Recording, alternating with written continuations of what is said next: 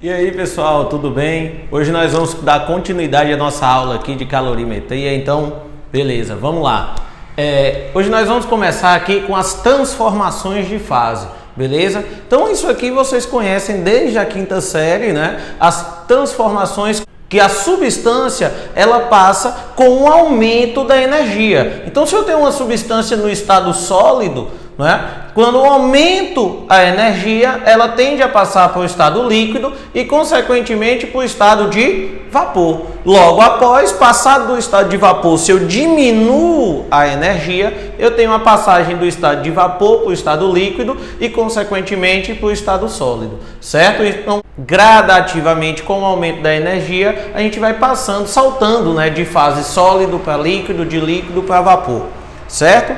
Então, a passagem do sólido para o líquido nós vamos chamar de fusão, do líquido para o vapor de vaporização, a volta de liquefação ou condensação e do líquido para o sólido de solidificação. Existe uma passagem que salta a fase líquida, essa passagem se chama de sublimação. Quando o sólido ele passa diretamente do estado sólido para o estado de vapor, nós chamamos de sublimação. Mas essa sublimação, ela não está somente ligada com o aumento da energia, ela também está ligada diretamente com a pressão sobre a substância. E para a gente ter essa relação de pressão e temperatura, é que nós vamos aqui agora para o gráfico de diagrama de fases. Então, o diagrama de fases, ele vai nos dar a pressão e a temperatura em que uma substância esteja na fase sólida, na fase líquida ou na fase de vapor. Beleza? Para a gente entender o nosso diagrama de fase, nós temos três linhas possíveis. A linha de sublimação, que separa o estado sólido do estado de vapor. A linha de fusão, que separa o estado sólido do líquido.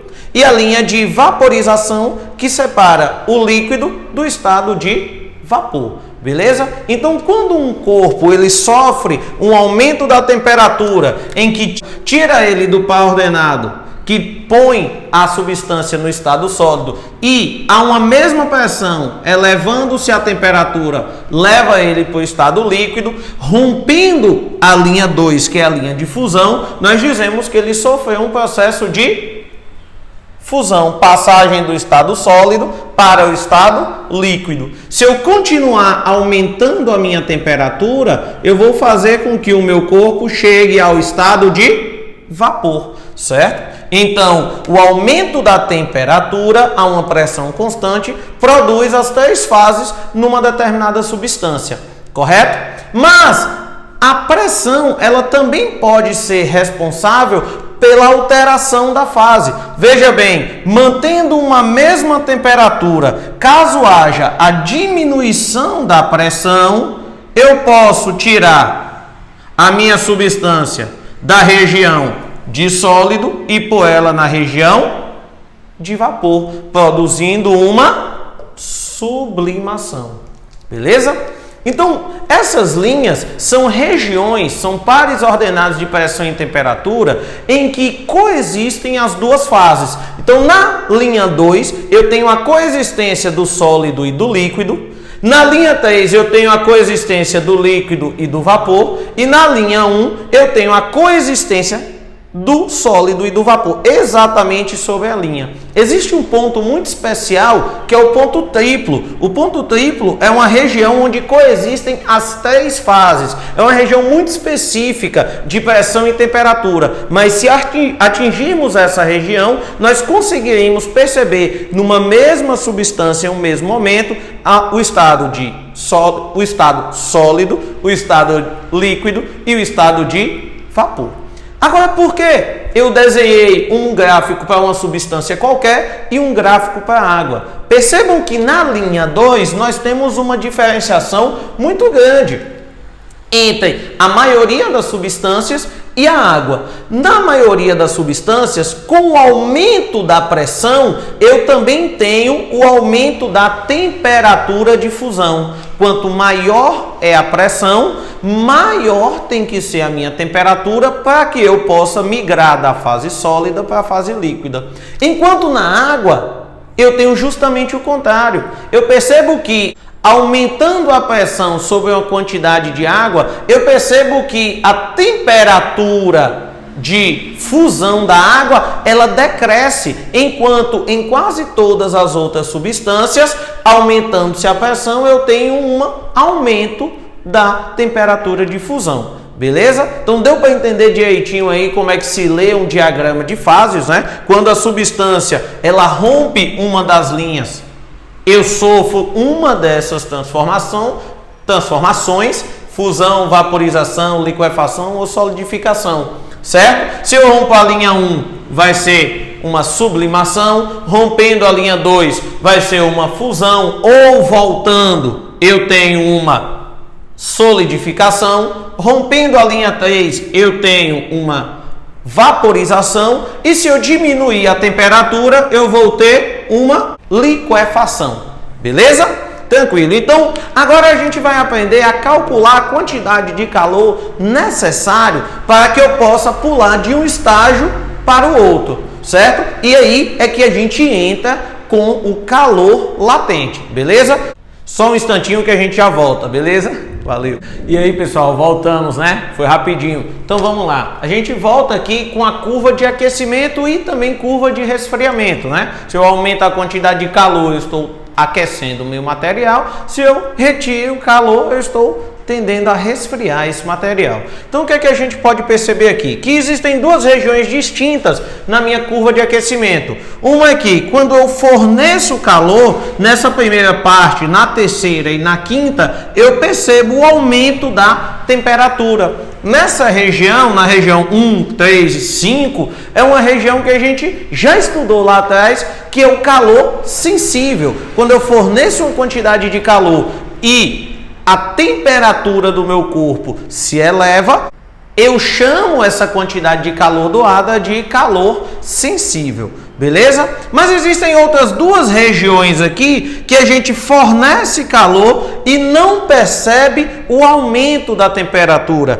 É exatamente essas duas regiões que nós vamos nos dedicar agora, que é a região de calor latente. Veja bem, na primeira região eu tenho o aumento da temperatura conforme eu vou fornecendo calor. Chega um dado momento em que a temperatura se estabiliza, mesmo acontecendo o fornecimento de calor. Esse primeiro momento nós vamos chamar de ponto de fusão. O ponto de fusão é a temperatura na qual o corpo vai trocar de fase, da fase sólida para a fase líquida, com o aumento do fornecimento de calor e com a retirada de calor da fase líquida para a fase sólida. Então, no ponto de fusão, até que toda a substância tenha trocado de fase, eu vou conservar uma mesma temperatura. Assim que toda a minha substância ultrapassar a fase da sólido para líquido, nesse caso, eu vou começar a aumentar a minha temperatura mais uma vez.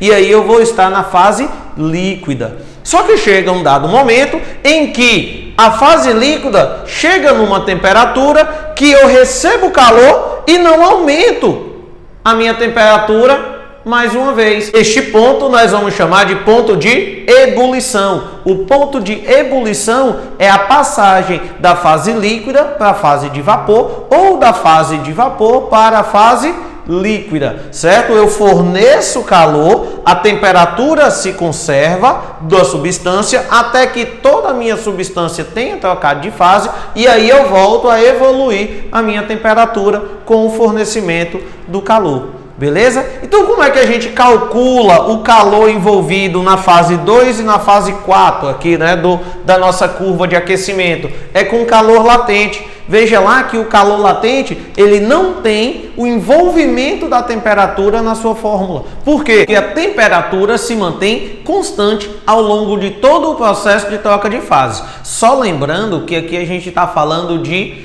substâncias puras, certo? Se for misturas, vocês vão ter as eutéticas e as eutrópicas e até misturas comuns em geral, certo? Que não se aplica a esse caso, porque elas vão ter ponto de fusão ou de ebulição variável. Aqui nós estamos falando apenas de substâncias puras, beleza? Então vamos lá para o calor latente. A quantidade de calor latente é o produto entre a massa da substância que a gente está estudando, e o calor latente. Agora, toda substância tem dois calores latentes. Um calor latente de fusão e um calor latente de vaporização. O calor latente de fusão nós vamos utilizar com um sinal positivo quando eu estiver passando da fase sólida para a fase líquida, ou seja, aumentando a quantidade de calor. E quando eu estiver resfriando o meu material, ou seja, passando da fase líquida para a fase sólida, nós utilizaremos o valor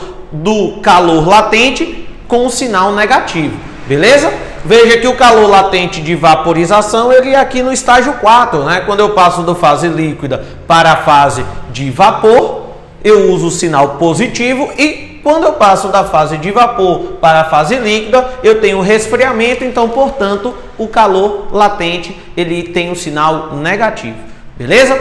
Outra coisa que eu quero que vocês tenham ideia, né, é o calor latente de fusão e vaporização da água, que é um dos que mais são cobrados. O calor latente de fusão da água é igual a 80 calorias por grama. Então, para cada graminha de água que eu tenho no ponto de fusão, para que ela se transforme na fase líquida, eu tenho que fornecer 80 calorias na forma de calor. E o calor latente de vaporização da água, ele está na casa do 540 gramas, 540 calorias por grama, ou seja, para cada grama de água que eu tenho no ponto de ebulição, para que ela se transforme em vapor, eu necessito de fornecer 540 calorias. Veja que é uma discrepância muito grande, é muito mais difícil eu vaporizar a água do que liquefazê-la,